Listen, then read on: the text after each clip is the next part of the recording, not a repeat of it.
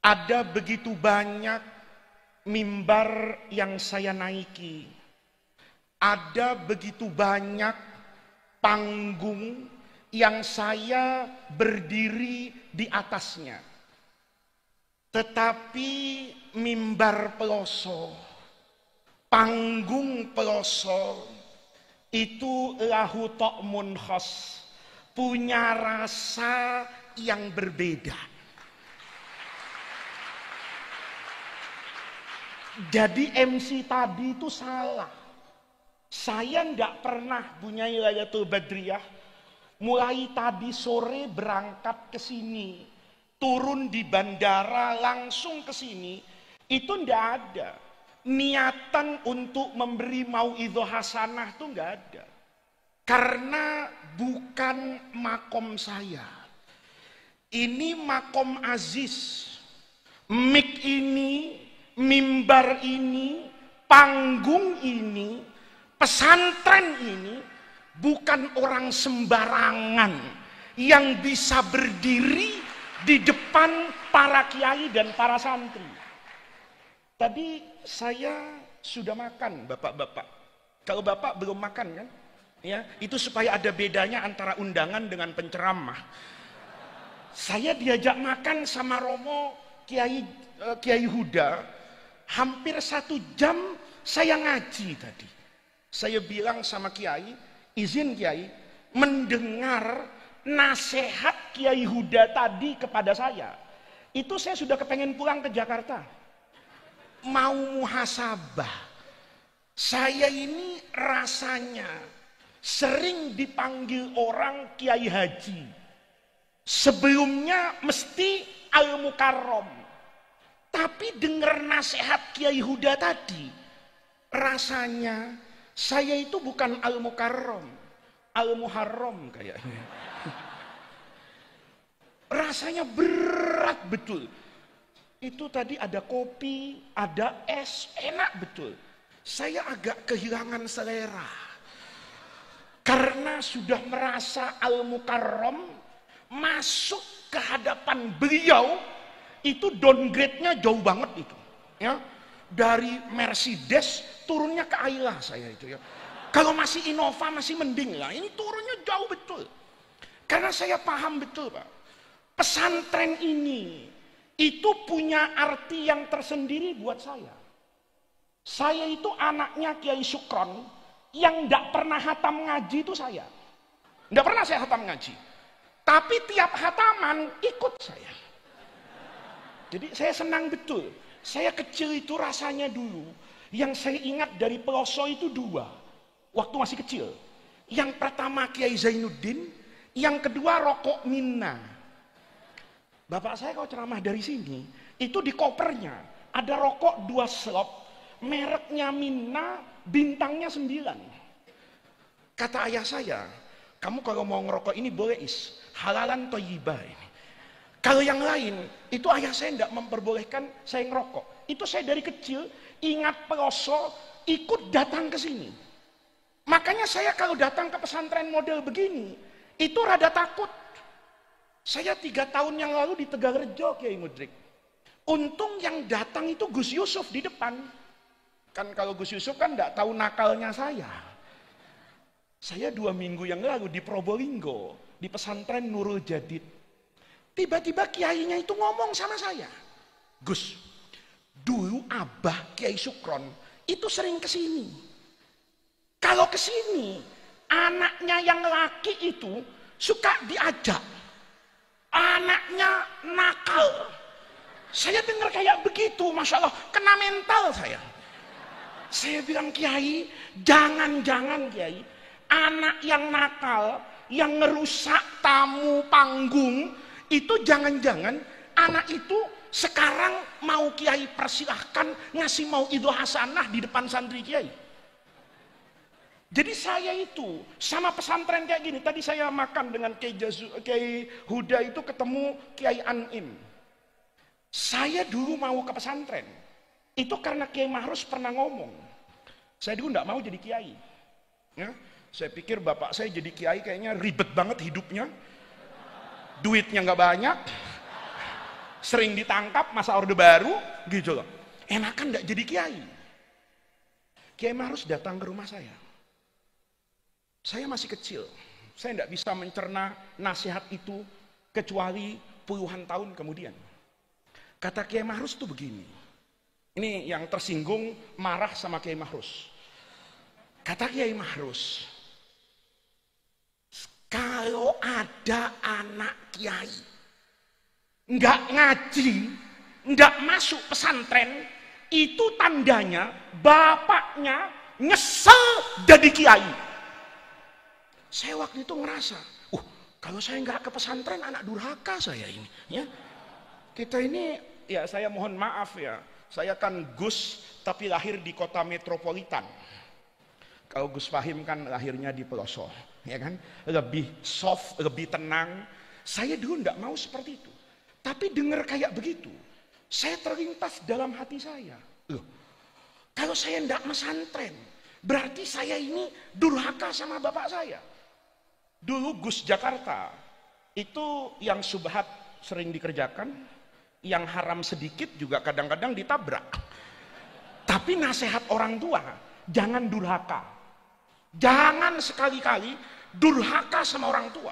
Karena wirid yang paling baik itu membahagiakan orang tua dengan berbakti sama orang tua, itu tarekat yang paling afdal kata orang-orang tua saya.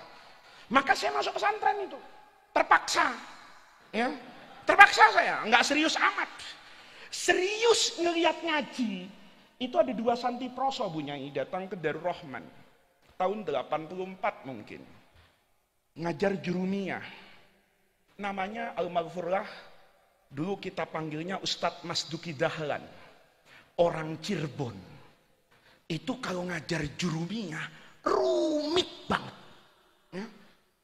Kalau ngajar jurumiyah diajar sama guru saya yang sarjana, itu kayaknya sederhana. Datang kiai nih, guru pelosok nih, Al-Maghfirlahu sudah meninggal beliau, itu tidak punya ijazah, tidak punya ijazah. Tapi begitu ngajar, ra'aitul ilma, saya melihat ilmu, bukan melihat ijazah. Kalau sekarang itu kan orang gelarnya itu serem-serem, ya, ada yang SAG, sarjana agama, ditanya Imriti lupa. Ada nggak yang begitu? Hah? Ada nggak begitu? Baca Fathul Qorib, i'rabnya itu kalau Imam Sibawayh bangkit dari kubur nangis itu nahu dia caca itu. Saya mikir-mikir, ini orang gelarnya hebat, SAG sarjana agama, tapi kok isinya sarjana alam gaib. Gitu. Ilmunya itu gaib semua Pak, sudah hilang semua. Itu guru saya. Ada satu lagi orang Ngawi, sekarang jadi Rois Suriah NO di Jakarta Selatan, namanya Kiai Lukman Hakim Zainuddin. Itu ngajarin saya Fathul Mu'in, saya masih ingat. Sebab sholatul jamaah awwalu ma furidat bil Madinah itu saya ngaji. Begitu saya ketemu nih dengan santri Peloso, dengan santri Lerboyo, dulu dengan santri Tegalrejo, saya ngelihat ada 2 di situ. Yang pertama akhlak, yang kedua ilmu. Nih. Makanya rektor itu tidak ada haulnya Pak. Saya sering ke kampus itu, saya godain kadang-kadang, Pak Rektor, kok nggak ada sih acaranya, debat, seminar, disnata, sekali-kali loh. Haul almarhumin para rektor itu kok nggak pernah ada. Anehnya lagi, kalau puasa sama lebaran itu nggak ada. Mahasiswa jangankan yang S1, yang pasca itu sowan sama rektor itu nggak ada. Tapi santri sehebat apapun ilmunya, dia kalau Ramadan, sebelum Ramadan, tradisi orang Betawi, rowahan, itu pasti orang Jakarta tuh datang sama guru. Nanti lebaran, itu yang pertama kali diziarahin itu guru. Anehnya lagi, bawa amplop. Saya belum pernah itu ada rektor disalami pakai amplop itu, enggak pernah. Saya merasa betul, ketika saya melihat santri-santri yang datang dari pesantren seperti ini, saya kemudian dari kecil itu tertarik, mulai tertarik itu untuk ngaji. Maka saya datang ke Peloso itu bukan mau itu hasanah. Saya yang pertama kali itu mau terima kasih. Saya yang tidak pernah hatam, tapi ikut hataman. Saya yang ngajinya sama santri Peloso. Kalau Anda itu ngajinya sama Kiai Peloso. Kalau saya ngajinya sama santri Peloso, tidak pernah hatam kitab, cuman ikut hataman, jadi kiai. Nih, Anda kalau tidak jadi kiai, ya, ngaji loh. Ini kan tangan pertama, Pak. Kalau saya kan sudah tangan entah tangan keberapa itu nyampe ke saya itu Fathul Muin itu. Secara sanad, saya bukan sanad yang ali karena lewat murid. Sementara Anda itu sanadnya sanad ali itu. Ya, di atas kutubus sittah itu untuk cari sanad kayak begini. Gitu. Kalau saya yang cuman begini jadi kiai, Anda tidak jadi kiai. Itu bahasa Arabnya takdir. Ya, itu bahasa hikamnya arih nafsaka minat tadbir. Nggak usah atur-atur Allah. Yang hataman ikut hataman jadi kiai, yang hatam belum tentu jadi kiai. Itu saya belajar dari pesantren, Pak. Pesantren itu, maka saya datang ke sini itu, yang pertama itu ini, Pak. Saya ingin berterima kasih. Saya ingin berterima kasih bahwa tradisi yang sederhana, ini penting. Ilmu belakangan. Hikmat, percaya sama guru, itu memberikan makna yang luar biasa. Dulu, ini nggak mau idoh, saya udah janji nggak mau idoh nih, curhat, ya kan? Curhat, cerita aja. Saya dulu kalau datang ke pesantren kayak begini nih, ke Peloso, ke Tebuireng, saya masih ingat betul, ke Krapia, ke Ali Maksum, ke As-Safi'iyah di Sukorjo, Kiai As'ad di Nurul Jadid, pada masanya di Genggong, pokoknya muter lah pesantren Tegalrejo semua itu, ya Sarang. Bapak saya itu tahu, saya itu santri Protestan, suka protes. Ya. Alhamdulillah kalau santri Peloso ini santri sami'na wa atokna. Saya ini dulu kecil itu dididik dengan madhab sami'na wa pikir-pikir. Jadi kalau dikasih tahu bapak, itu bapak ngomong 1, saya ngomong 3. Ya, bapak ngomong 3, saya ngomong 6. Tapi ada satu yang bapak saya bilang, jangan bantah saya. Kalau saya datang ke pesantren seperti ini, kata bapak saya itu cuma 1, nurut ya. Saya masih kecil, nurut ya. Yang lain boleh nggak nurut, tapi yang ini nurut. Apa, Bi? Kalau kamu nanti ketemu kiai, ketemu orang alim, pesan bapak saya ada 3.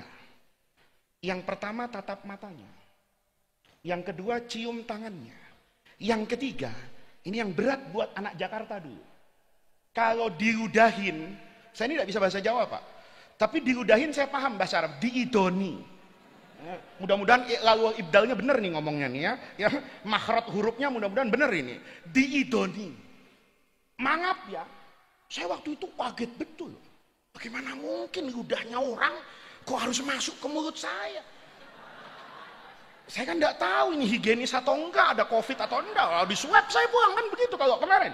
Pokoknya kata bapak saya gitu, matanya lihat, tangannya cium. Nanti kalau tiba-tiba kiai mau meludahin kamu, ngidoni, buka mulutmu. Kamu boleh nggak nurut sama saya dalam banyak hal, tapi dalam satu hal ini percaya, tidak ada bapak yang tidak bermimpi anaknya menjadi lebih sukses dari bapaknya. Nurut saya, sami'na wa atokna, tidak pakai protes tuh. Saya tidak bisa paham. Hingga besar ada 2 orang memberi warna dalam hidup saya.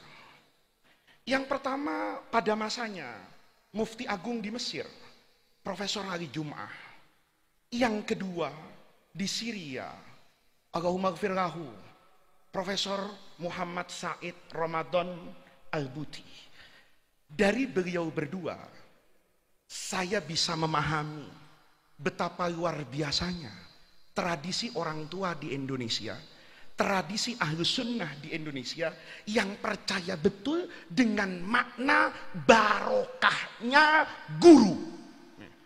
Jadi Anda biar hafal alfiyah dari belakang, biar hatam ngaji, tapi tidak percaya dengan barokah dan keistimewaan guru, ilmu Anda itu tidak banyak manfaatnya dalam hidup ini.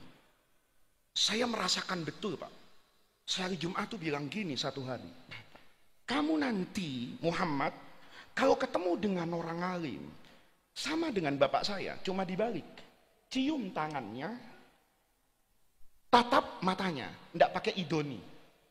Ya, ini saya ceritakan supaya kalau riwayat hadis tuh riwayatnya sahih, Pak. Ya, nggak ada ziyadatul rawi ini, nggak ada ini. Ya, diriwayatkan kamakana Asma. Kata beliau, saya tanya, walima Maulana, kenapa? Kata beliau, kalau kamu menatap mata gurumu, maka kamu pernah menatap mata. Yang mata itu menatap gurunya, mata itu menatap mata, yang mata itu pernah bertemu dengan matanya Imam Syafi'i, mata Imam Syafi'i itu pernah melihat matanya Imam Malik, Imam Malik matanya itu bertemu dengan Sayyidut Tabi'in namanya Nafi', matanya Nafi' itu pasti bertemu dengan matanya Abdullah bin Umar radhiyallahu anhuma, dan matanya Ibnu Umar pasti pernah bertemu dengan matanya Rasulullah, dan matanya Rasulullah pasti melihat yang mala ainun ra'at wala udhunun sami'at wala khatara fi qalbil bashar.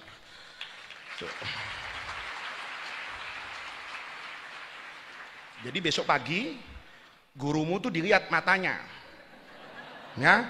Tapi nadratu ijlal, jangan, kenapa kamu lihat mata saya? Bapak belum mandi ya Pak? Kok ada nah, itu santri Jakarta itu, bukan santri Poso itu ya. Itu bapak saya ngomong gitu. Kata bapak saya, cium tangannya Is. Kenapa? Karena kamu cium tangan, maka kamu pernah mencium tangan. Yang tangan ini bertemu dengan tangan, yang tangan ini bertemu dengan tangan, yang tangan ini bertemu dengan tangan, pasti ujungnya bertemu dengan tangannya Rasulullah. Satu hari, kalau kamu pernah ngaji di pelosok, kamu pernah ngaji di pesantren, maka kamu punya keistimewaan yang tidak dimiliki oleh banyak orang, bahwa tanganmu pernah bertemu dengan tangan yang kamu yakini tangan itu bertemu dengan tangannya Rasulullah Shallallahu Alaihi Wasallam. Nih sekarang ada yang bilang ini bid'ah, ya ini nggak ada dalilnya. Sebenarnya bukan nggak ada dalilnya, dia nggak tahu dalil, ya kan banyak orang tuh sedikit-sedikit sesat, sedikit-sedikit salah, sedikit-sedikit nggak ada hujahnya. Sebenarnya bukan nggak ada hujahnya, Pak. Orang kayak gitu tuh ngajinya kurang malam. Atau model saya, belum hatam sudah pindah pondok. Ini murid paling bahaya itu kalau santri turis. Ada santri turis. Saya pernah di Jakarta itu, ada program punya pemerintah. Mau berangkatkan S2 dan S3 ke luar negeri. Dites. Ada satu anak dites. Itu Masya Allah. Ya, nilainya udah standar hasbunallah wa ni'mal wakil lah. Ya. Tinggal kita katakan, apa hasilnya Gus? Ya innalillahi wa inna ilaihi raji'un. Tapi CV-nya keren banget. Kan sebelum masuk ke ruang ujian, dia harus melampirkan CV-nya. Kalau pendidikan akademis, S1-nya di mana? Kalau pesantren, mesantrennya di mana? Dia nulis pesantren besar di Indonesia lebih 10. Tapi saya tanya dalam soal mubtada khobar, itu diem nggak jawab. Baru sampai mubtada khobar itu. Saya tanya, loh kamu mesantren bener? Bener. Loh masa yang kayak begini alumni pesantren nggak tahu? Kamu mesantren di sini kan? Di sini kan? Iya Gus. Tapi masalahnya di pesantren yang pertama itu seminggu saya. Terus begitu seminggu ada teman bilang pesantren sana bagus. Saya pindah. Begitu pindah berapa lama? Ternyata laisal khobar kal muayana. Apa yang kita dengar itu tidak sama dengan apa yang kita rasakan. Terus pindah lagi.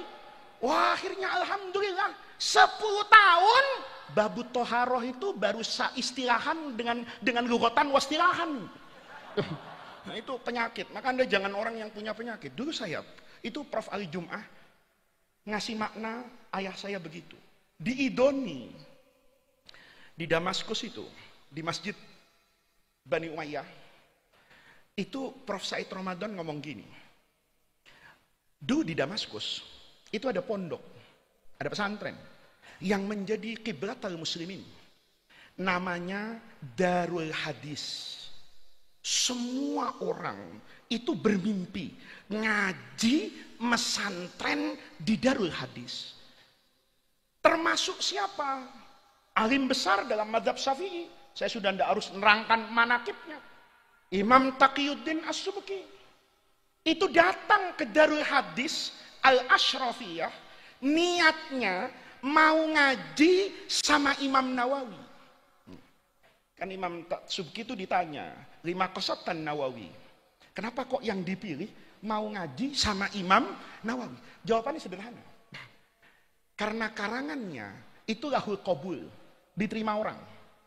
Anda bisa bayangin, Imam Nawawi itu wafat, usianya belum 50 tahun. Tapi berkahnya luar biasa.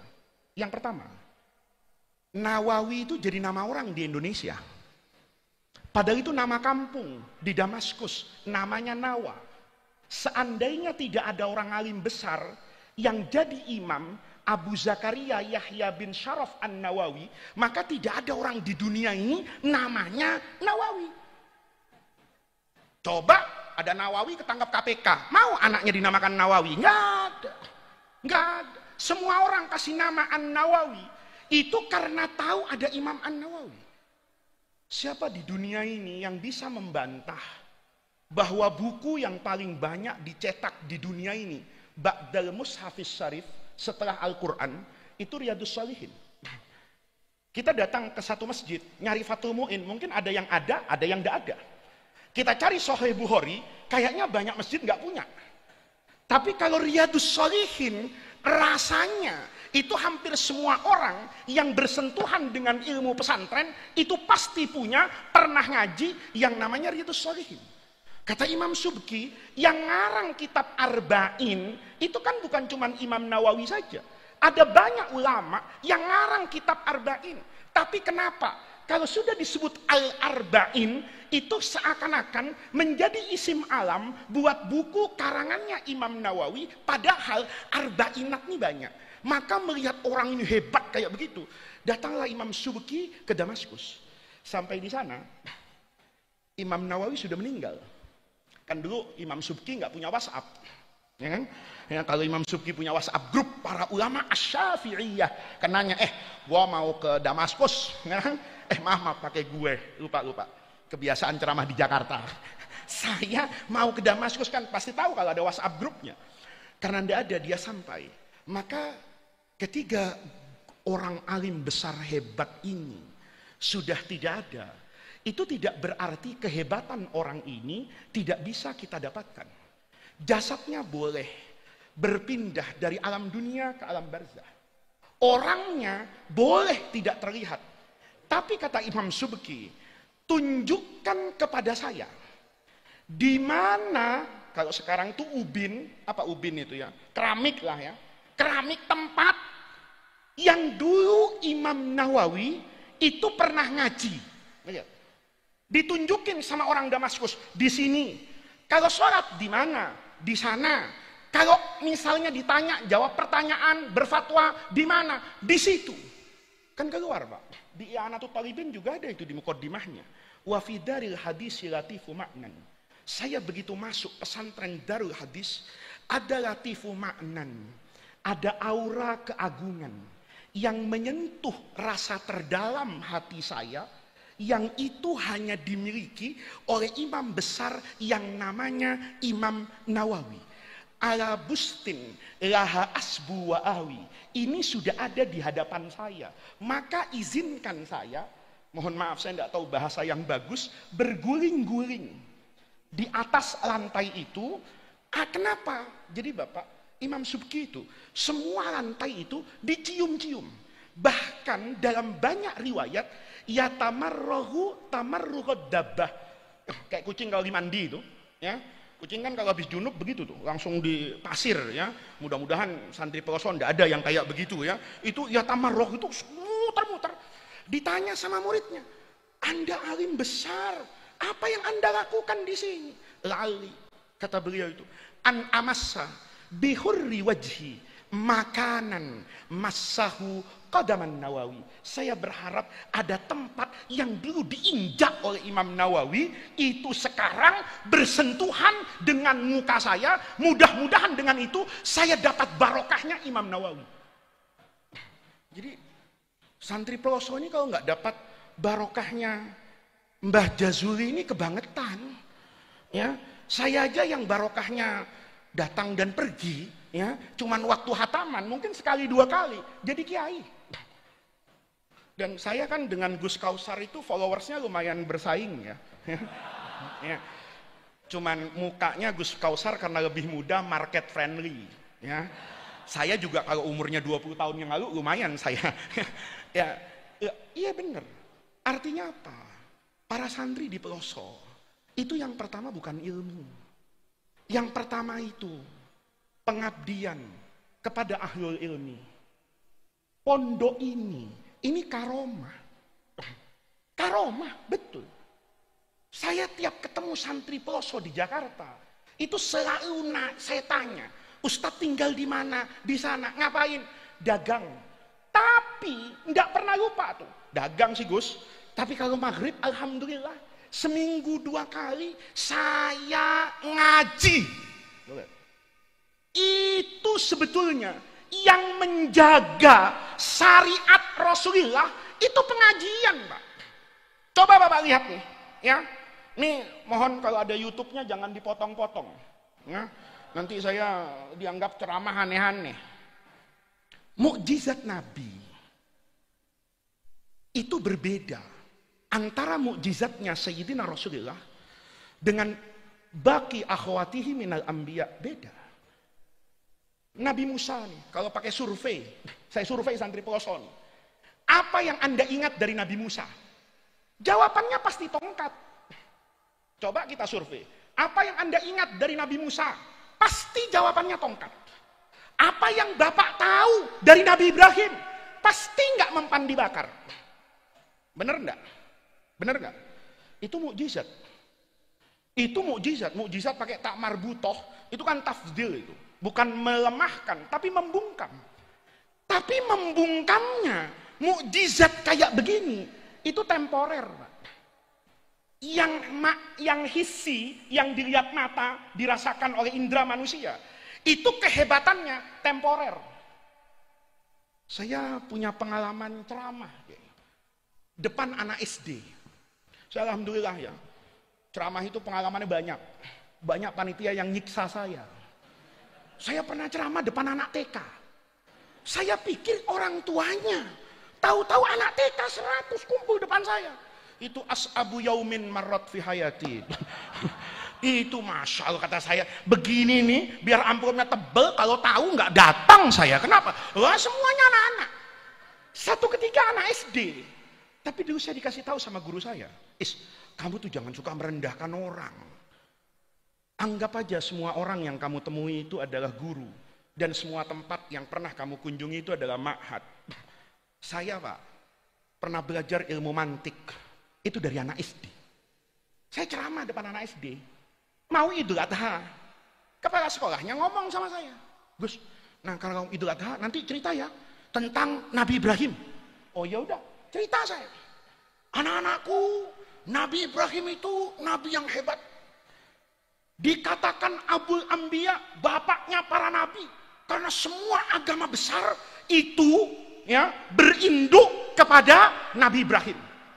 Nabi Musa bawa Yahudi, Nabi Isa dengan Nasraninya, Nabi Muhammad itu induknya Nabi Ibrahim. Bu, ngaji apa tidur? Nanti saya ngaji setengah mati, Bu tidur setengah tidur nih. Bu, tahu nggak Bu? Kenapa Nabi Ibrahim itu jadi nabi yang paling hebat sebelum Nabi Muhammad? Mau tahu Bu? Saya kasih tahu ya Bu. Nabi Ibrahim itu disebut bapak para nabi. Nabi yang hebat menjadi bagian dari ulul azmi minar rusul itu karena istrinya 2. Ibu baru tahu kan? Kenapa suami ibu tidak hebat? Loh, Nabi Ibrahim itu istrinya 2 Pak. Ada yang mau mengingkari itu? Bu, Bu. Ntar deh, ini ceramah hatamannya saya belokin sedikit Gus Kausar ya, sedikit ya. Bu. Quran itu ngasih contoh rumah tangga itu 3, Bu. Yang pertama, ada rumah tangga, suaminya masuk surga, istrinya masuk neraka. Itu Nabi Lut. Suaminya ke surga, istrinya ke neraka. Ada rumah tangga, Bu. Suaminya ke neraka, istrinya dibangunkan istana di surga. Itu rumah tangganya Fir'aun. Ada rumah tangga, suami istri masuk surga. Itu rumah tangganya Nabi Ibrahim. Saya mau tanya sama ibu, di antara 3 rumah tangga ini, kira-kira kalau saya boleh bertanya, ibu rumah tangganya itu kepengen kayak rumah tangga Nabi siapa? Bu, kayak Nabi siapa? Kayak Nabi Ibrahim. Sebentar, ini ada kameranya enggak? Hah? Ada kameranya enggak? Ada kameranya ya? Kalau ada kameranya Pak, besok Bapak minta nih sama tim media pelosok, ya, dari semua kegiatan malam ini, potong yang itu aja. Besok hari apa ya? Saya sampai lupa hari. Besok hari apa ya? Hari Ahad. Nah, Senin Bapak bawa ke KUA. Ngapain? Kawin lagi. Nanti KUA kan nanya, Pak, menurut aturan negara, kalau mau poligami nikah lagi, itu harus seizin istri pertama. Bapak nggak usah ribet, keluarin HP-nya, potongan pengajian malam ini. Bilang sama ketua KUA, Pak, istri saya malam Ahad itu ngaji sama Faiz. Dia tanya rumah tangganya kepengen kayak Nabi Ibrahim, kayak Nabi Lot, apa kayak Fir'aun? Istri saya itu bilang mau kayak Nabi Ibrahim. Santri pelosok yang belajar mafhum usul fikih kan gak perlu takut lagi untuk kawin lagi.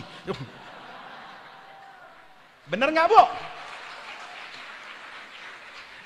Kata ibu-ibu, nyesel gua datang sampai sekarang nih. Tenang, Bu, ibu kalau ngaji sama saya aman ya. Nanti ibu tanya sama suaminya, Mas, saya tadi ditanya sama penceramah rumah tangga mau kayak Nabi Ibrahim. Ini pasti yang diingat dari ceramah saya nih, yakin cuman yang ini ya. Ini, saya nggak nuduh, Bu, suami-suami akhir zaman yang mau ketemu Dajjal nih ya. Ini rasanya yang diingat ya cuma ini aja, karena bisa ketawanya di sini. Kalau di rumah ada orang ngomong poligami, mesem-mesem, oh insya Allah besok udah tinggal di masjid, Pak, ya kan? Bu, ntar kalau suaminya nanya, Dinda, tadi waktu ditanya sama penceramah, rumah tangganya mau kayak Nabi Ibrahim ya? Iya Mas, saya memang kepengen punya suami kayak Nabi Ibrahim. Wah, senang banget. Tapi jangan senang dulu, Pak. Istrinya ahli sejarah. Perempuan tuh ahli sejarah ya, Bu? Bu, perempuan tuh ahli sejarah kan? Peristiwa yang sudah lama, heran saya, melekat betul gitu ya. Ini ahli sejarah. Maka karena ahli sejarah ngomong dia, Mas, Nabi Ibrahim itu nikah kedua itu setelah tidak mempan dibakar oleh Raja Namrud. Jadi kalau panjenengan mau nikah lagi, ahlan wa sahlan. Saya ndak minta kok untuk dibakar kayak enggak. Cuma di dapur ada kompor gas. Alhamdulillah gasnya udah tipis, yang 3 kilo itu ya. Tinggal sedikit saya nyalakan 5 menit. Nanti kalau kompor sudah panas 5 menit, monggo duduk di atasnya. Kalau tidak terbakar, kawin lagi. Kalau gosong, saya antar ke RSUD. Mudah-mudahan masih di cover sama BPJS. Udah, ini nggak boleh ceramah yang kayak gini, nggak boleh. Nanti nggak selesai. Maaf, ini sampai jam berapa ngaji? Hah? Sampai jam berapa? Sampai jam 4. Masya Allah. Saya masih ada acara satu lagi, Bu. Di Ciranjang. Saya ini Bu Nyai, sebetulnya nggak ada niatan ke sini nih. Saya hari ini belum tidur. Tapi karena Kiai Lukman pesantren Al-Hamid itu bilang jauhnya Peloso. Itu acara saya batalin semua yang sore. Pokoknya nggak ada. Ini ke Peloso. Kata yang dulu, kan kami duluan Pak. Iya, saya ceramah di sana nggak datang ke Peloso, karomah saya hilang. Kualat sama Peloso. Nah, ini Bapak-bapak udah ya, ini udah jam 11. Kita fokus ke depan tadi. Mukjizat.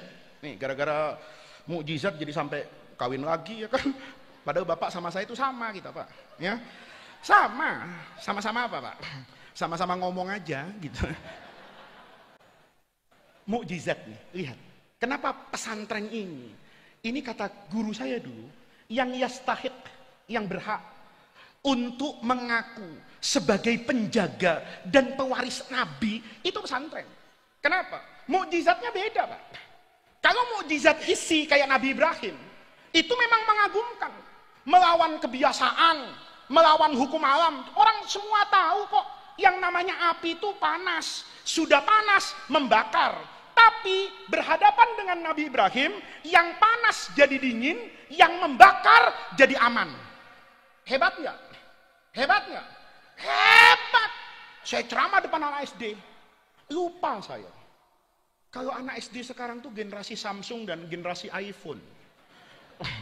Ada anak satu saya ceramah begitu, angkat tangan interupsi. Baru kali itu saya ceramah diinterupsi orang. Saya baru kali itu seumur hidup ceramah diinterupsi orang ya baru kali itu. Angkat tangan dia. Pak, saya mau ngomong. Saya pikir ngomong apa anak ini? Masih pakai pempes, ngerti apa tuh saya? Karena ngotot, saya ajak naik ke atas mimbar. Ayo naik. Ada apa nak? Saya nggak setuju dengan ceramah Bapak. Ceramah Bapak tuh salah. Saya agak kena mental tuh. Baru kali itu saya bilang, saya sejelek-jeleknya nih Kiai, saya masih Katib Suriah PBNU ini. Ya. Paling enggak masih ada ilmu-ilmunya dikit, disalahkan sama anak SD. Saya tanya, kenapa nak? Begini Pak, kalau ukuran kehebatan orang itu diukur karena enggak mempan terbakar, maka Bapak katakan Nabi Ibrahim hebat, maka hari ini Nabi Ibrahim itu sudah sama-sama tetangga saya. Saya kaget, tetanggamu nak? Iya, siapa tetanggamu? Nabi Ishak bukan, Nabi Ismail bukan, Kiai bukan. Siapa nak? Pemadam kebakaran. Astagfirullahaladzim. Saya betul-betul kena mental. Maka hati-hati nih, kayak apa santri sekarang nih. Masyarakat sekarang tuh kritis. Masyarakat sekarang itu lepas dari ikatan-ikatan yang boleh jadi dulu berat untuk menyampaikan ke hadapan guru, tetapi zaman ini zaman yang berubah, zaman yang terbuka, generasi yang berani menyampaikan apa yang ada dalam logikanya. Saya dengar begitu, agak kaget juga. Saya bilang benar juga nih anak, kata saya. Kenapa? Nabi Ibrahim kan gak ada skenario dia mau dibakar. Begitu mau dibakar, kan malaikat Jibril turun. Bawa jimat bersertifikat halal. Untung nahunya tidak salah itu. Ya naru, nakiroh. Kalau nakiroh kan semua api. Nabi Ibrahim, tidak tahu saya Nabi Ibrahim pernah hataman Alfiyah atau enggak ya. Tapi Nabi Ibrahim tenang. Begitu Jibril bilang, ya naru. Oh berarti semua api. Kan istighraq ini. Jadi waktu itu tuh, waktu Nabi Ibrahim mau dilempar ke api, kalau ada ibu-ibu muslimat di pelosok masak nasi, itu sampai kiamat kurang 2 hari nggak mateng itu. Kenapa? Semua api adem itu dari malaikat, bukan dari Nabi Ibrahim. Nabi Ibrahim nggak mau masuk api karena harus bertemu dengan api. Allah kasih pertolongan. Pemadam kebakaran, ada api dicari. Ayo, di Kediri misalnya, ada dinas pemadam kebakaran. Nauzubillah, ada kebakaran. Begitu kita lapor, Pak, kebakaran. Orangnya bilang, kalau kebakaran jangan lapor saya. Saya takut sama api. Oh, petugas pemadam kebakaran kayak begini, takut api. Dimutasi ke dinas penguburan. Kenapa? Di kuburan tidak ada apinya, kan begitu Pak. Lihat. Dulu hebat, hari ini mungkin tidak hebat-hebat banget. dulu mendatangkan kebaikan, kalau itu diwariskan, kita semua ini kan dikatakan pewaris Nabi. Apa yang kita warisi dari Rasulullah? Quran. Apa yang kita warisi dari Rasulullah? Hadis. Yang lain-lain itu nggak penting. Anda bisa bayangin, kalau mukjizat nabi-nabi terdahulu, termasuk Nabi Muhammad yang model begini, bisa diwariskan kepada ulama, rusak dunia. Rusak dunia. Ayo, Nabi Soleh. Bapak kenal Nabi Soleh nggak, Pak? Pak, Bapak nih dipanggil diem, matanya melotot, takut saya. Pak, tahu Nabi Soleh nggak?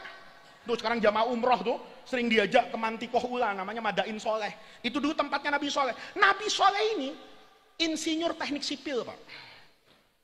Kalau gambarnya bagus, dipegang nyata. Oh, kalau ilmu itu turun ke saya, hancur dunia.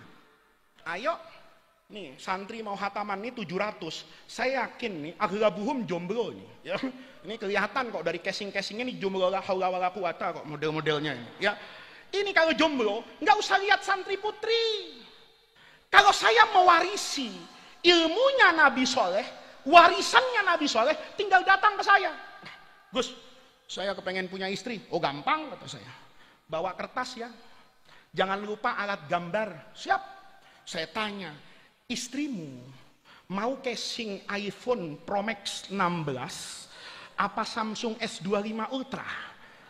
Mau casing 2024 atau casing 1970 di angkatan saya? Silakan Anda pilih. Dia pilih, oh saya mau istri 2025. Tinggal digambar. Saya gambar, bisa nego lagi. Ini muka istrimu. Wah saya kepengen mancung, tapi ini bukan mancung Gus, ini petro kepanjangan, gampang tip ek. Iya kan, rambutnya begini, tingginya begini, begitu jadi, yang putri juga sama, mau suami, casing kayak apa, lukis, pegang, jadi. Enak gak Pak? Ada enaknya juga sih. Tol Trans Jawa Lebaran, itu gak macet Pak. Karena gak ada orang pulang ke rumah mertua. Saya tanya sama teman saya yang istrinya model dari Nabi Soleh ini, kamu enggak pulang sowan sama mertua? Saya enggak punya mertua Gus. Kok bisa? Kan istri saya keluar dari kertas. Coba lihat. Tapi Anda bisa bayangin, kayak apa rusaknya dunia kalau ada manusia enggak punya orang tua. Anak itu senakal-nakalnya anak, itu masih sungkan sama bapak ibunya. Bagaimana kalau ada anak lahir tanpa bapak ibu? Yang dulu mungkin mendatangkan maslahat, hari ini kerusakan. Kalau ilmu Nabi Soleh ada, mungkin peradaban ini terhambat. Anda habis acara gini lapar kan tinggal datang sama kiai. Kamu mau makan apa? Sate Madura Pak? Nggak usah bikin proposal. Nggak usah cari sate. Bawa kertas ke hadapan saya. Gambar gerobaknya, orang Maduranya, arengnya, satenya, kecapnya, kipasnya. Saya pegang, jadi satenya. Enak nggak? Enak buat Anda. Saya mati disantet tukang sate senusantara. Kenapa? Dia kipas-kipas tidak ada yang beli. Lihat Pak. Nabi Muhammad itu tangannya bisa keluar air loh. Semua manakib Rasulullah itu cerita. Semua kitab hadis itu cerita. Nabi itu tangannya bisa keluar air. Tapi saya yakin tidak semua santri tahu. Dan itu tidak apa-apa. Karena yang harus diketahui dari Nabi itu Qur'annya. Yang harus diketahui dari Nabi itu hadisnya. Yang harus kamu ingat dari Nabi itu akhlaknya. Kalau keluar air, belum tentu. Ayo, kalau tangan saya nih bisa keluar air, saya nggak datang ke sini Pak.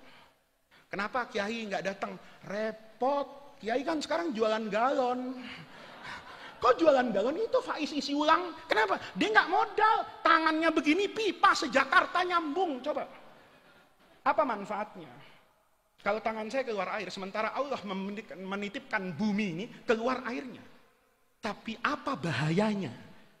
Kalau anak bapak ini nggak ngaji ini, apa bahayanya Pak? Bahaya buat Islam. Kenapa? Karena agama Rasulullah ini mayoritas itu hanya bisa dihakimi, dihukumi, dijelaskan kalau Anda ngaji. Anda nggak ngaji nggak bisa. Dulu ada orang alim, mudah-mudahan Santi Toso nanti bisa melihat dunia. Di Abu Dhabi itu ada Syekh Mahfud. bin Bayyah, Abdullah bin Mahfud bin Bayyah, orang Britania. Beliau bilang gini, agama ini kebanyakan syubhat. Dulu saya pikir syubhat itu rezeki. Taunya enggak. Kata beliau, ketika Rasulullah bicara al-halalu bayyinun wal haramu bayyinun, riwayat Bukhari Muslim wa bainahuma umurun mustabihat, riwayat Bukhari wa bainaha musabbahat. Ini sama maknanya. Di antara yang halal dan haram itu ada apanya itu? Yang syubhat. Salat kita ada syubhatnya loh.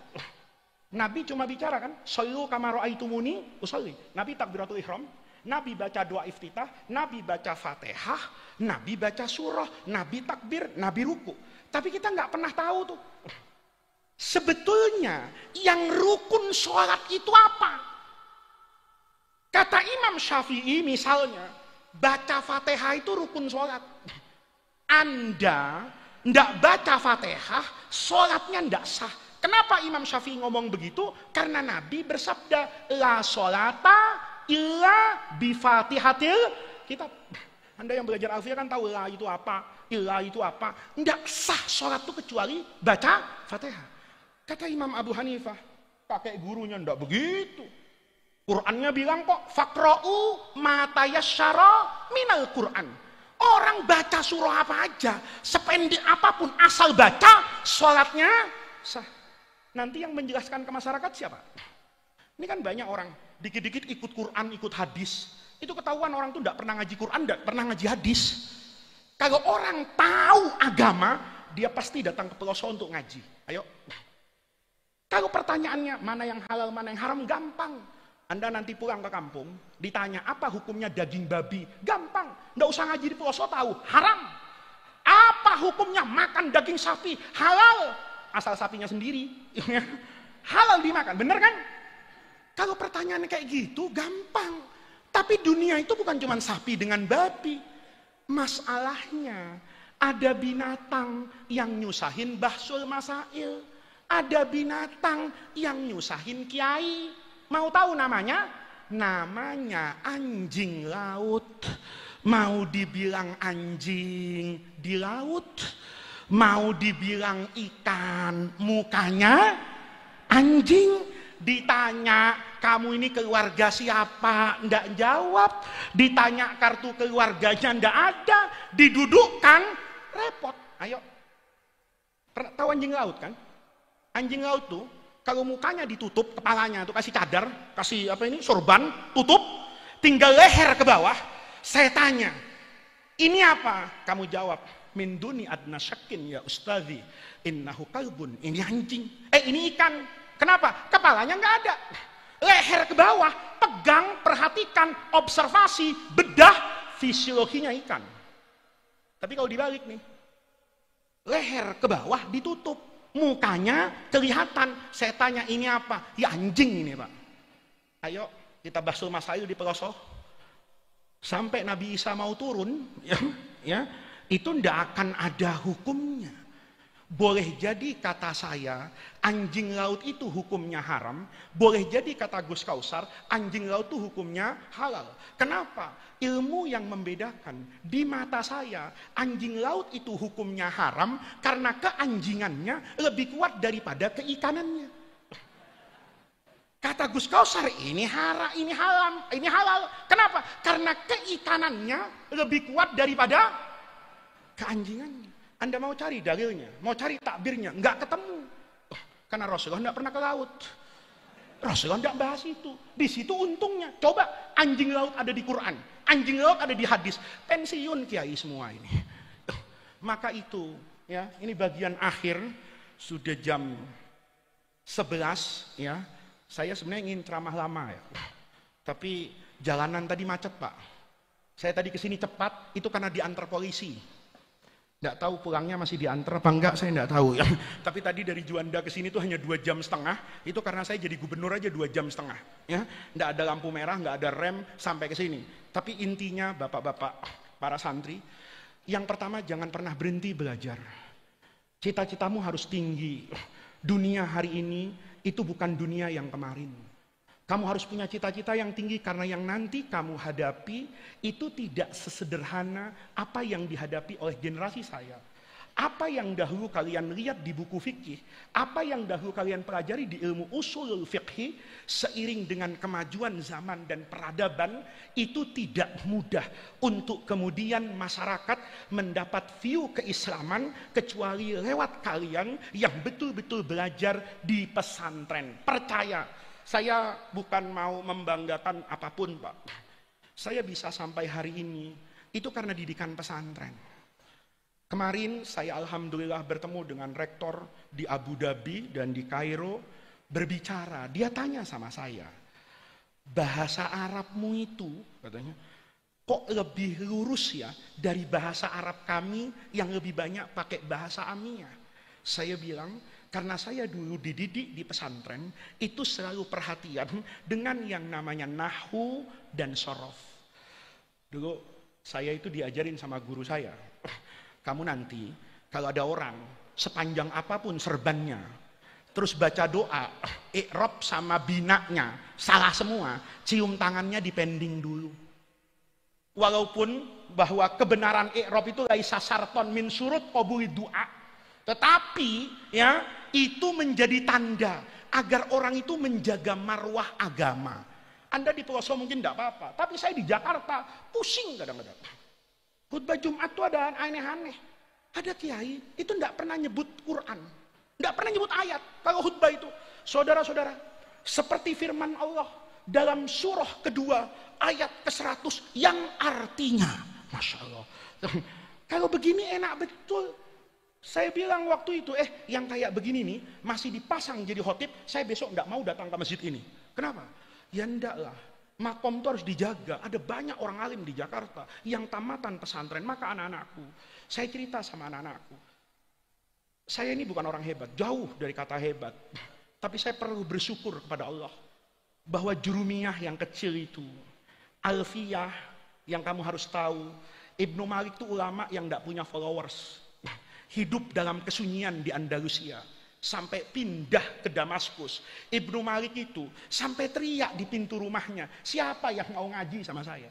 Nanti anak-anakku, kalau punya uang, kamu berangkat ke Maroko, lihat kuburannya Sohib Jurumiyah itu, Ibnu Ajurum itu, sepi, tidak ada orang berziarah. Kuburannya pun sangat amat sederhana, tapi tanpa banyak orang tahu bahwa kitab Jurumiyah yang tipis itu yang mengantarkan ulama-ulama kita menjadi lentera buat negeri ini, yang mengantarkan kita melihat pelosok seperti hari ini. Siapa yang tidak bangga dengan karomahnya Mbah Jazuli ini? 700 hafal alfiyah. Saya Gus Kausar kalau dites alfiyah sekarang kayaknya udah lupa, ya, banyak lupanya. Saya ngelihat kayak begini kan kepada Allah tenang, oh enggak apa-apa. Saya tidak hafal alfiyah, lupa, ya tidak apa-apa.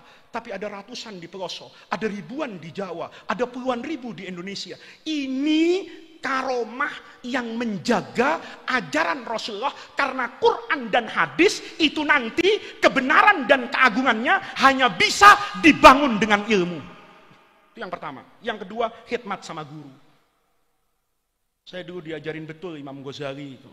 Imam Ghazali itu kan bapaknya, itu bukan ulama. Bukan ulama, cuma yaro anna fi khidmati ahlil ilmi itu ibadatan yataqarrabu biha ilallah. Ayahnya Imam Ghazali itu kalau ngelihat orang alim itu cuma seneng, ya Allah, saya ini bodoh, mudah-mudahan nanti anak saya kayak gitu. Sendalnya dirapikan. Giliran pengajian di masjid itu ditus itu bawa apa itu cangkir ngisi teh. Itu bukan orang yang punya nasab keilmuan, tapi anaknya dua-duanya kotkana menjadi apa yang diimpikan oleh ayahnya. Imam Syafi'i anak-anakku, Imam Syafi'i itu bagaimana tidak berkhidmat kepada guru-gurunya. Imam Ahmad bin Hambal itu beliau mengatakan, saya tidak pernah sholat fardu kecuali setelah sholat itu saya ad'u Syafi'i. Berbeda pandangan dengan guru itu tidak persoalan. Yang menjadi persoalan, kalau Anda sudah tidak yakin lagi dengan barokah guru dan Anda tidak cium tangan dengan guru, itu kiamat buat pesantren. Imam Syafi'i itu duduk 13 tahun di kakinya Imam Malik.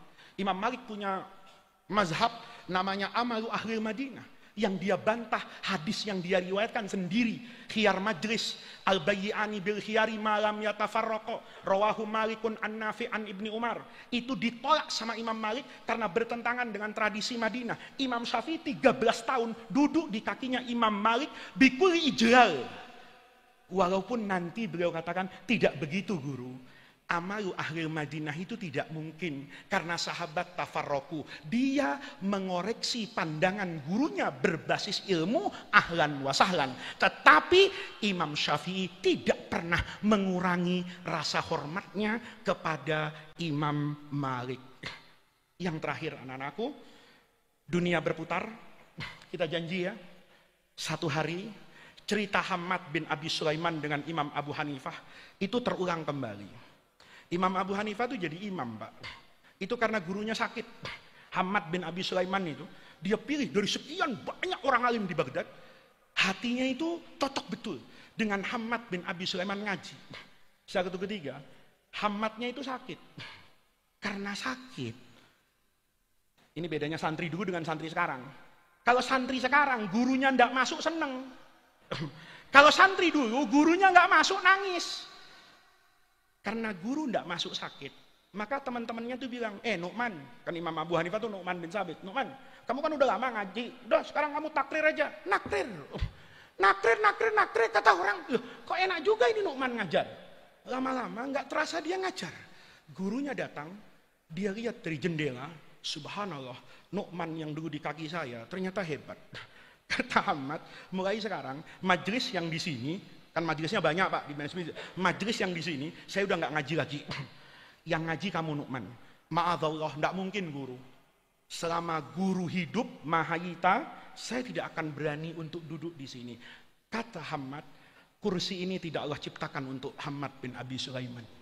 Kursi ini Allah ciptakan untuk ahlul ilmi. Ilmumu sekarang saya rasa sudah mengalahkan kehebatan saya. Maka engkau yang nanti jadi imam, saya jadi makmum.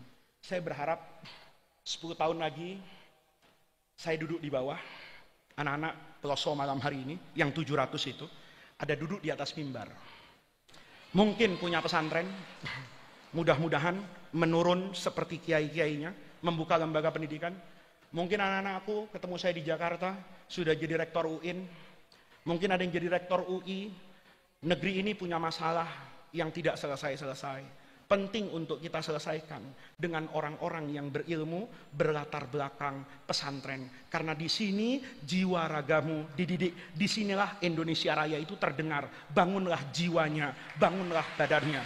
Mudah-mudahan Allah Subhanahu wa Ta'ala menjaga pondok pesantren Al-Falah ini, menjaga para kiai, menjaga para ibu nyai, menjaga para dzurriyah, menjaga para asatidzah, dan menjaga para santri. Mudah-mudahan amal ibadah, thariqah yang tadi saya dipesan betul sama Kiai Huda, thariqatut ta'lim, ta'allum wa ta'lim. Tarekatnya, wiridnya, belajar dan mengajar itu mudah-mudahan menjadi tawassul dan wasilah kita untuk mendapatkan khairat dunia wal akhirah. Mudah-mudahan pesantren ini Allah jadikan menjadi maqalan min ma'akil ilmi wal bayan. Ini menjadi manarotan min manarotil huda, min manarotil afaf, min manarotil tuqa. Mudah-mudahan kita yang pernah hadir ke pesantren ini, yang pernah menimba mutiara di pesantren ini, Allah bersamai dalam perjalanan hidup di dunia ini untuk kelak dikumpulkan bersama para guru-guru kita, para nabi dan para solihin dalam ridho Allah fil firdausil a'la. Kepada para kiai, terima kasih sekali atas kesempatan yang diberikan, atas undangan yang disampaikan. Mudah-mudahan Allah jadikan jam'ana hadza jam'an marhuma wa tafarruqana mim ba'dihi tafarruqan ma'suma. Rabbana atina min ladunka rahmah wa hayyi lana min amrina rasyada. Allahumma la tahrimna khaira ma indaka li syarri ma indana. Kurang lebihnya saya mohon maaf. Wallahul muwaffiq ila aqwamit thariq. Wassalamu alaikum warahmatullahi wabarakatuh.